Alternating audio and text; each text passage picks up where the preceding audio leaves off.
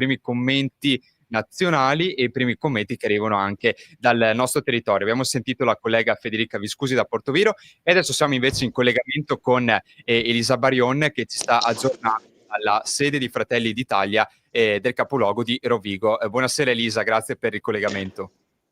Ciao Mattia, grazie a te per la linea. Allora, come potete vedere alle mie spalle, siamo nella sede provinciale di Fratelli d'Italia, dove dalle 6 erano attesi sia il commissario provinciale, il senatore Bartolomeo Amidei, che il coordinatore comunale di Fratelli d'Italia a Rovigo, Matteo Zangirolami.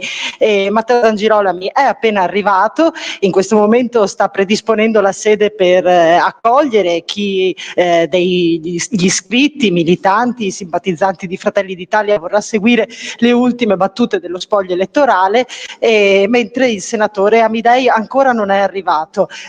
Quello che ti posso dire è che in questo momento il clima non è molto dei migliori, diciamo così, visti quelli che sono i primi risultati delle prime sezioni scrutinate, con un Fratelli d'Italia nettamente al di sotto delle aspettative e una Lega invece molto al di sopra di diversi punti percentuali, al di sopra di Fratelli d'Italia. Di certo non ci può essere, come dire, un clima di gioia e serenità per la vittoria di queste elezioni. In questo momento i pochi presenti attribuiscono questa debacle al fatto di non avere avuto la candidatura a presidente in quota Fratelli d'Italia, però insomma sono commenti a caldo che ancora aspettano, come dire, i dati assodati, ecco. Di certo però c'è molto sconforto, perché il divario che c'è tra Fratelli d'Italia e Lega in questo momento è molto difficile da recuperare, ecco.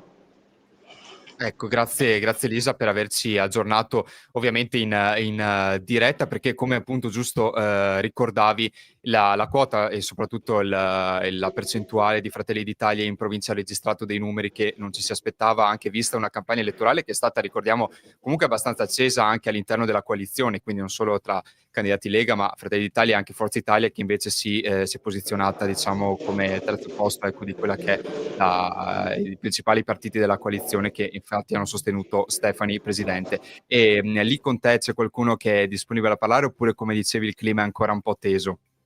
No, in questo momento non c'è nessuno che ha voglia di dire nulla, e per questo ti dirò, ci riaggiorniamo magari fra qualche minuto, quando insomma eventuali dichiarazioni saranno state ponderate secondo il risultato del momento, ecco. Assolutamente, grazie intanto Elisa per questo collegamento in diretta, che ci fa vedere anche com'è diciamo, il tenore elettorale in questo momento nella sede, e quindi anche insieme a Federica, che abbiamo sentito prima, e anche lì a Portoviro appunto non è ancora arrivata la candidata Mantovan.